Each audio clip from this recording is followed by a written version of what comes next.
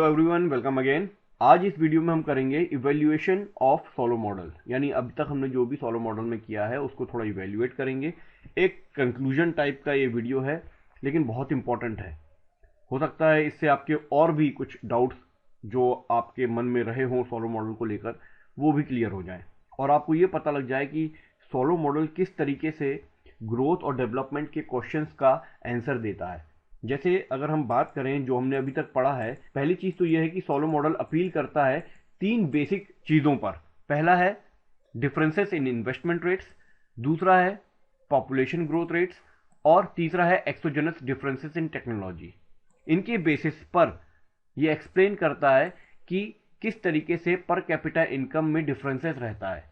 कहने का मतलब यह है कि अगर मान लो हम 4-4, 5-5, 10-10 इकोनॉमीज की बात करें और उनमें देखें इन्वेस्टमेंट रेट्स क्या क्या हैं, उसके हिसाब से हम पता लगा सकते हैं कि इनकी ग्रोथ कैसी होगी या पॉपुलेशन ग्रोथ कैसी है उसकी।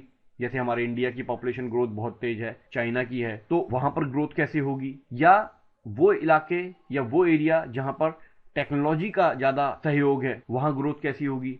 तो इनके बिहाफ पर सोलो मॉडल सफल होता है ये बताने में कि उस इकोनॉमी में पर कैपिटा इनकम कितनी होगी, यानी कि सारी इकोनॉमीज में जो पर कैपिटा इनकम की जो डिफरेंसेस हैं वो क्यों ऐसा है कि कुछ कंट्रीज बहुत रिच हैं, कुछ कंट्रीज बहुत पुअर हैं। यानी कि सोलो मॉडल हमको ये बताता है कि अगर इन्वेस्टमेंट बढ़ रहा है किसी कंट्री में और पॉपुलेशन ग्रोथ भी उसकी कम है, तो ऑब्वियस सी बात है कि वहां पर कैपिटल एक्यूमुलेट होगा पर वर्कर के हिसाब से और वहां की जो लेबर प्रोडक्टिविटी होगी वो बढ़ जाएगी, क्योंकि वहां के लेबरों को पर कैपिटा इनकम जो मिल रही है वो ज्यादा मिलेगी, क्योंकि पॉपुलेशन भी कम है और इन्वेस्टमेंट भी ज्यादा हो रहा है। इन ऑल लेबर प्रोडक्टिविटी उनकी बढ़ जाएगी।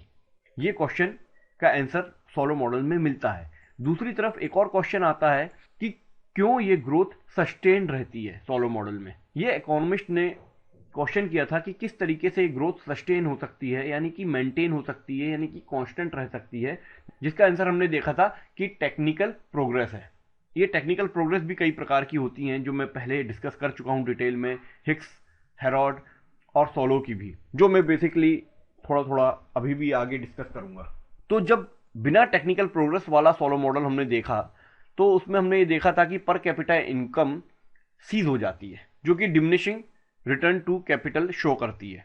लेकिन जब टेक्निकल प्रोग्रेस हो जाता है, विथ टेक्निकल प्रोग्रेस यही पर कैपिटा इनकम बढ़ती भी है और ये जो मार्जिनल प्रोडक्टिविटी ऑफ कैपिटल है इसका गिरना रुक जाता है और लॉन्ग रन में कंट्रीज की पर कैपिटा ग्रोथ बढ़ने लगती है इस टेक्निकल प्रोग्रेस की वजह से। थर्ड और इंपॉर्टेंट क्वेश्चन ये आता है कि कैसे सोलो मॉडल अलग अलग ग्रोथ रेट्स को जो कि अलग अलग कंट्रीज में हो रही हैं उसको अकाउंट कैसे करता है, यानी कि अलग अलग देशों में अलग अलग ग्रोथ रेट्स क्यों हैं, इसका आंसर कैसे देता है। तो उसका आंसर भी सिंपल है, दो तरीके से देता है। एक तो ये बताता है सोलो मॉडल कि टेक्निकल प्रोग्रेस अलग अलग जगह अलग अलग लेवल की होती हैं, और दूसरा ट्रांजिशन डायनामिक्स। ट्रांजिशन डायनामिक्स मैंने आपको बताया था, ट्रांजिशन पाथ होता है, यानी कि ऐसी इकोनॉमी जो स्टडी स्टेट से पहले वाली पोजीशन में हो, यानी कि ऐसी इकोनॉमी जिसका capital technological ratio long run level से नीचे हो, तो वो तेजी से बढ़ेगा। हो सकता है कोई कंट्री बहुत तेजी से बढ़ रही हो और कोई बहुत स्लोली बढ़ रही हो। क्यों बढ़ रही है? क्योंकि हो सकता है कि वो अपने स्टडी स्टेट से नीचे हो तो स्टडी स्टेट की तरफ जा रही हो, और कोई हो सकता है स्टडी स्टेट पे पहुंच चुकी हो इसलिए वो स्लो हो गई हो। ऐसा बहुत सारी कंट्रीज के एग्जाम्पल में भी देखने को मिला है। जैसे कि वर्ल्ड वॉर सेकेंड जब खत्म हुआ था तो जापान और जर्मनी की ग्रोथ बहुत तेजी से हुई। अगर हम कंपेयर करें यूनाइटेड स्टेट्स से, पिछले 60 सालों में जापान और जर्मनी ने ज्यादा ग्रोथ की है, मतलब बहुत स्पीड में ग्रोथ की है एज कंपेयर टू अमेरिका। क्यों? क्योंकि इनके कैपिटल स्टॉक्स जो थे सेकेंड वर्ल्ड वॉर में पूरी तरीके से खत्म हो गए थे, तो ये पूरे खाली थे, ये बहुत पीछे आ गए थे, इसलिए इनकी ग्रोथ बहुत तेजी से हुई। और अमेरिका तो पीक पे था, तो अप डाउन हुए हैं, वहां भी रिसेशन आया है, लेकिन जापान पूरा खाली हो गया था, इसलिए वो बहुत तेजी से भरा। तो ऐसे क्वेश्चनों का आंसर सोलो मॉडल देता है। और वो ये भी समझाता है कि कोई भी इकोनॉमी में जब इन्वेस्टमेंट रेट बढ़ जाता है तो क्या होता है, ग्रोथ भी बहुत तेजी से बढ़ती है, रैपिडली होती है। और इसकी वजह से क्या होता है, ट्रांजिशन होता है हायर आउटपुट टेक्नोलॉजिकल रेशियो की तरफ, जो कि जापान और जर्मनी में देखने को मिला। लेकिन फिर एक और क्वेश्चन आता है, वो क्या, साउथ कोरिया और ताइवान में भी इन्वेस्टमेंट रेट बढ़ा था 1950 से अभी तक, लेकिन उनकी ग्रोथ उतनी नहीं हुई जितनी हांगकांग और सिंगापुर की हुई। ऐसा क्यों? मतलब एक क्वेश्चन आता है कि क्या कंट्रीज परमानेंटली ग्रो कर सकती हैं अलग अलग रेट पर? इन्वेस्टमेंट रेट दोनों के एक थे, लेकिन ग्रोथ रेट दोनों के अलग अलग, परमानेंटली ग्रो कर रही हैं। और वैसे ये क्वेश्चन उठता है। तो इसका आंसर देने के लिए ग्रोथ अकाउंटिंग को समझना होगा। 1957 में एक आर्टिकल लिखा था सोलो ने, technical change in aggregate production function. उसमें इन्होंने टेक्निकल फंक्शन को ऐड किया था। हमने देखा है कि सोलो मॉडल में सस्टेन्ड ग्रोथ की बात की गई है जब इसमें हम टेक्निकल प्रोग्रेस को जोड़ देते हैं, क्योंकि जब हम बिना टेक्निकल प्रोग्रेस की बात करते हैं तो हमारा कैपिटल एक्यूमुलेशन डिमिनिश होने लगता है, और टेक्निकल प्रोग्रेस के साथ इंप्रूवमेंट्स होते हैं टेक्नोलॉजी में, और जो डिमिनिशिंग रिटर्न की टेंडेंसी है वो ऑफसेट हो जाती है, ख़त्म हो जाती है। लेबर प्रोडक्टिविटी बढ़ने लगती है क्योंकि टेक्नोलॉजी में इंप्रूवमेंट्स होते हैं, और जब कैपिटल एक्यूमुलेशन ज़्यादा होने लगता है तो इंप्रूवमेंट्स और भी ज़्यादा होने लगते हैं। तो अपने इस सेकेंड आर्टिकल में, पहले आर्टिकल में तो उन्होंने अपना मॉडल दिया था, सेकेंड आर्टिकल में उन्होंने टेक्निकल फंक्शन को भी इंट्रोड्यूस किया। इसमें उन्होंने एक सिंपल अकाउंटिंग एक्सरसाइज की, उन्होंने ग्रोथ को ब्रेक कर दिया दो भागों में, यानी growth in capital, growth in labour और ग्रोथ इन टेक्नोलॉजी, और इसको मिलाकर कहा गया ग्रोथ अकाउंटिंग। ये एक एक्सरसाइज थी जो एक पर्टिकुलर प्रोडक्शन फंक्शन को लेकर चली थी। वो क्या था production function? y equal to b f k l या b k power alpha l power 1 minus alpha. यानी सोलो ने जो टेक्निकल फंक्शन लिया था वो एग्रीगेट लिया था। ये जो b है यहां पर, ये टेक्निकल फंक्शन है, या इसको हम टोटल फैक्टर प्रोडक्टिविटी या सोलो का रेसिडुअल भी कह सकते हैं। इस पर मैंने वीडियो बनाया, वो देख लीजिएगा। इन्होंने 1957 में ये ऐड किया था। एक्चुअली आपको ये बहुत दिमाग में क्लियर कर लीजिएगा कि हिग्स की न्यूट्रलिटी क्या है, हेरोट की न्यूट्रलिटी क्या है और सोलो की न्यूट्रलिटी क्या है। ये तीनों में बारीक बारीक डिफरेंसेस हैं, ये आपको क्लियर होना चाहिए माइंड में। मैं यहाँ आपको बेसिक बता देता हूँ कि जब हम इन दोनों के बाहर ले लेते हैं बी को, तो उसको हम बोलते हैं ओवरऑल टेक्निकल प्रोग्रेस हो रहा है जितने भी इनपुट्स लगे हैं उन पर, ठीक है। लेकिन हम पर्टिकुलरली लेबर के साथ लेते हैं तो उसको लेबर ऑगमेंटेड बोल देते हैं, और अगर हम कैपिटल के साथ लेते हैं तो उसको कैपिटल ऑगमेंटेड बोल देते हैं। तो सोलो ने जो बताया है वो ओवरऑल बताया था, लेकिन बाद में जब उस पर और रिसर्च हुई, संशोधन हुआ, तो पता लगा कि ओवरऑल तो नहीं लेकिन लेबर पर जरूर होगा, क्योंकि उस समय कैपिटल का इतना कोई रिसर्च वगैरह तो होता नहीं था कि मशीन्स वगैरह कुछ नई बनी हो। तो उन्होंने कहा कि लेबर ऑगमेंटेड ज़्यादा जमता है। ये हेरोड ने दिया था, और ये ओजावा ने भी इस पर बोला था कि हाँ, हेरोड का labour augmented technical progress practical है। कैपिटल ऑगमेंटेड भी है, लेकिन इसको हम बाद में डिस्कस करेंगे। लेकिन जो केवल बाहर से लिया था, सोलो रेसिडुअल या टोटल फैक्टर प्रोडक्टिविटी, ये लोगों ने नहीं माना। मतलब ऐसा समझ लीजिए कैपिटल पर नहीं माना पहले, लेबर ऑगमेंटेड ज़्यादा सही लगा। तो हिग्स की न्यूट्रलिटी या हिग्स का टेक्निकल प्रोग्रेस ज़्यादा प्रैक्टिकल नहीं है, हेरोड का ज़्यादा है, ये कहने का मतलब है इसमें। तो जब हम इसको लॉग करेंगे तो log Y equal to log B plus log K power alpha log L power 1 minus alpha, और फिर इस तरीके से इक्वेशन आ जाएगा। इसको जब हम ग्रोथ के फंक्शन में लिखेंगे तो ऐसा हो जाएगा। लेकिन ये ग्रोथ ओवरऑल है। जब हम पर लेबर के हिसाब से लेंगे, पर वर्कर के हिसाब से लेंगे, तो इस इक्वेशन को हमको चेंज करना पड़ेगा। ये y को l से डिवाइड करना पड़ेगा, और यहाँ भी नीचे l से डिवाइड होगा। तो क्या हो जाएगा, ये फंक्शन इस तरीके से बन जाएगा। आप लोगों का होमवर्क है, यहाँ से ये कैसे आया निकाल कर दिखाइए। अगर आपने पीछे के वीडियोस देखे हैं तो आपसे बड़ी आसानी से बन जाएगा। ये पर लेबर के हिसाब से आउटपुट है, पर लेबर के हिसाब से कैपिटल है, और ये टेक्निकल फंक्शन है ओवरऑल। इस ओवरऑल टेक्निकल फंक्शन को हम क्या बोल सकते हैं?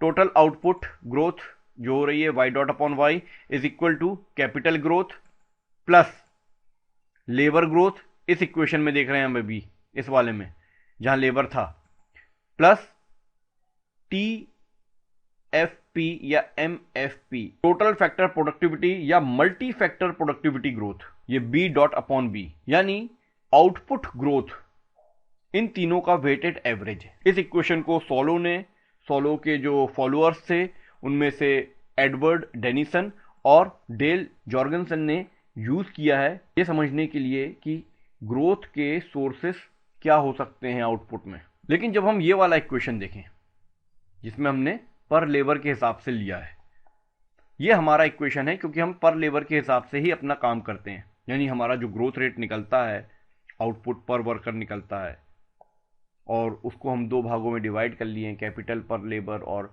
टेक्नोलॉजी के हिसाब से। यानी इसमें दो चीज़ों का कंट्रीब्यूशन है, कैपिटल पर लेबर और मल्टी फैक्टर प्रोडक्टिविटी ग्रोथ। बहुत सारे और भी फैक्टर्स होते हैं जो ग्रोथ के कारण होते हैं। 1930s से 1970s तक इकोनॉमिस्ट में डिबेट रही कि टेक्नोलॉजिकल प्रोग्रेस को किस तरीके से डिफाइन करें, न्यूट्रल, लेबर या कैपिटल सेविंग इन्वेंशंस के हिसाब से। और इसमें हेरोड, जैसा मैंने आपको अभी बताया है कि इनके जो न्यूट्रल इन्वेंशंस थे इसको बहुत ज़्यादा माना गया है, जिसमें इन्होंने कैपिटल आउटपुट रेशियो को सेम रखा था, अनअफेक्टेड रखा था एक पर्टिकुलर रेट ऑफ इंटरेस्ट पर। इसके लिए आपको हेरोड न्यूट्रलिटी देखनी पड़ेगी, उसमें मैंने डिटेलिंग किया है। कुल मिलाकर हेरोड ने ये बताया था कि कैपिटल आउटपुट रेशियो किस तरीके से कांस्टेंट रह सकता है एक पर्टिकुलर रेट ऑफ इंटरेस्ट या एक पर्टिकुलर प्रॉफिट रेट पर। ठीक है। लेबर ऑगमेंटिंग टेक्निकल प्रोग्रेस के बारे में हेरोड ने बताया था K/Y किस तरीके से कांस्टेंट रहता है स्टेडी स्टेट में। दूसरी जो पॉसिबिलिटीज है टेक्निकल प्रोग्रेस की वो थी हिक्स न्यूट्रल की, जहां पर कांस्टेंट क्या रहता था, कैपिटल लेबर रेशियो, जिसकी अभी हम चर्चा कर रहे थे। और एक और संभावना यह है कैपिटल ऑगमेंटिंग की, जिसकी अभी हमने चर्चा नहीं की है, जहां लेबर आउटपुट रेशियो कांस्टेंट रहता है, जहां हम कैपिटल में ऑगमेंटिंग करेंगे। ग्रोथ अकाउंटिंग का सबसे बड़ा एग्जाम्पल यूनाइटेड स्टेट्स में था 1948 से लेकर अभी तक के। अगर हम आंकड़े देखें तो इस टेबल में अगर हम देखें तो एक इंपॉर्टेंट स्टाइलिस्ट फैक्ट भी है जो एल्डोर ने भी बताया था कि इसमें जो प्रोडक्टिविटी ग्रोथ है वो 1970s में एकदम से स्लो हो गई थी। अगर हम ये देखें पहली वाली रो, ये वाली, तो ये क्या बता रही है, आउटपुट पर आवर। तो इसमें 1948 से 2.6, यहां पर 3.3 और यहां पर 1.5 एकदम से कम हो गया, फिर बढ़ा, फिर थोड़ा सा कम हुआ। यानी कि यहां पर 1948 से लेकर 73 तक 3.3 था और उसके बाद हो गया 1.5। तो ये स्लो डाउन का सोर्स क्या था, ये क्वेश्चन आता है। अगर हम बाकी की नेक्स्ट रोज देखें, एक ये है, ये है, ये है, तो कंट्रीब्यूशन हमको अलग अलग मिलेगा। यानी कैपिटल पर आवर वर्कड का, इंफॉर्मेशन टेक्नोलॉजी का और कैपिटल सर्विसेज का, अलग अलग कैपिटल सर्विसेज का, लेबर की कंपोजिशन का। तो हमको ये पता लगेगा कि सबसे बड़ा जालिम कौन है इस प्रोडक्टिविटी स्लो डाउन का। तो इसमें देखें यहाँ 1 रहा, यहाँ 1 रहा, 0.7, 1.2, इससे कोई दिक्कत नहीं है। कैपिटल से हमको इसमें कोई दिक्कत नहीं आ रही। इंफॉर्मेशन टेक्नोलॉजी 0.2 थी, फिर 0.4 हुई, यहाँ पर तो और बढ़ गई है बल्कि, फिर यहाँ और बढ़ी है, यहाँ कम हुई है। अदर कैपिटल सर्विसेज में 0.8, 0.9, यहाँ हुई है 0.3, ये बहुत कम हुई है, फिर 0.3, फिर यहाँ बढ़ भी गई है।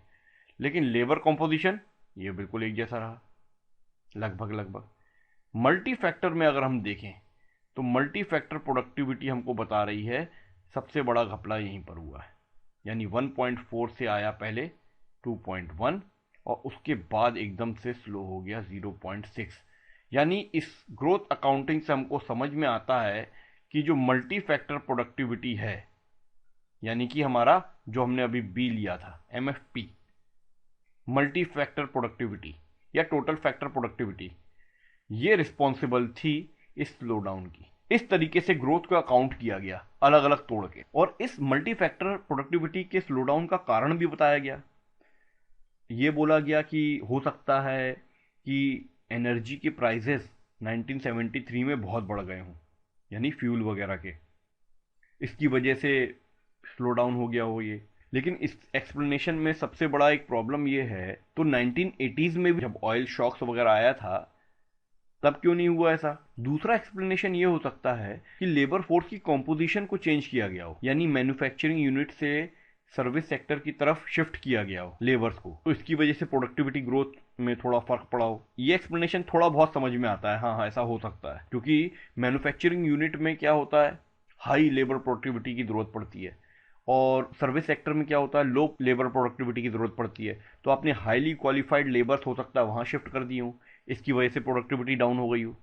मल्टी फैक्टर, ये थोड़ा बहुत समझ में आता है इसका रीज़न। और ये भी हो सकता है कि आपने ज़्यादा रिसोर्सेस रिसर्च में खर्च कर दिए उस समय 1960s के बाद, इसकी वजह से स्लो डाउन हो गया होगा। और ये भी हो सकता है कि 1970s से लेकर 1980s तक जो एक्सप्लेनेशन हम दे रहे हैं ये रीज़न ही ना हो, इसकी जड़ 1950s और 60s में हो। मतलब ये कि हो सकता है 1950-60 में टेम्परेरली या आर्टिफिशियली ग्रोथ बहुत हाई हो और अब नॉर्मल हो गई हो, क्योंकि सेकेंड वर्ल्ड वॉर खत्म हुआ था उस समय, और वर्ल्ड वॉर के बाद जब रिसोर्सेज सबके खत्म हो गए थे तो एकदम से सबको ठीक करने के लिए सबने ताकत लगाई है, इन्वेस्टमेंट हुआ है, तो वो ग्रोथ एकदम से रैपिडली बढ़ी है, नई नई टेक्नोलॉजीज आई हैं उस समय। लेकिन फिर भी एक कंप्लीट एक्सप्लेनेशन ये नहीं दे पाए कि ये प्रोडक्टिविटी स्लो डाउन क्यों हुआ है। और उसके बाद 1995 में और 2010 तक ये ग्रोथ बढ़ गई है, यहाँ पे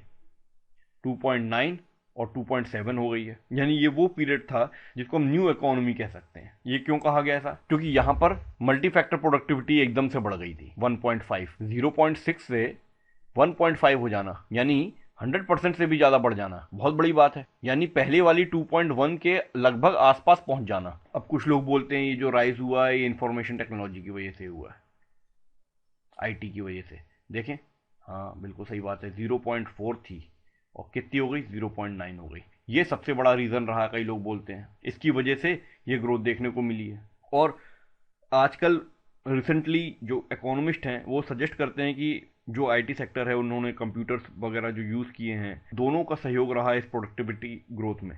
तो इन सब हाइपोथेसिस से ये समझ में आता है कि जो ग्रोथ है वो स्लो हुई थी टेम्परेरीली, और जब इकोनॉमीज ने नई नई फैक्ट्रीज बनाई, नए प्रोडक्शन हाउसेस बनाए, नए प्रोडक्शन टेक्निक्स ली, उसके बाद उनकी ग्रोथ वो बढ़ी। किस तरीके से, इंफॉर्मेशन टेक्नोलॉजी की वजह से, है ना, कंप्यूटर्स की वजह से, वर्कर्स ने उसको सीखा भी, और इस तरीके से वो ग्रोथ आगे बढ़ती गई और फिर धीरे धीरे फैल गई, जैसे जैसे लोगों ने इस नई टेक्नोलॉजी को अडॉप्ट करना शुरू किया, और इसको हमने बोल दिया न्यू इकोनॉमी। अब ये सही है या गलत है, लेकिन ये है। That's it, thank you.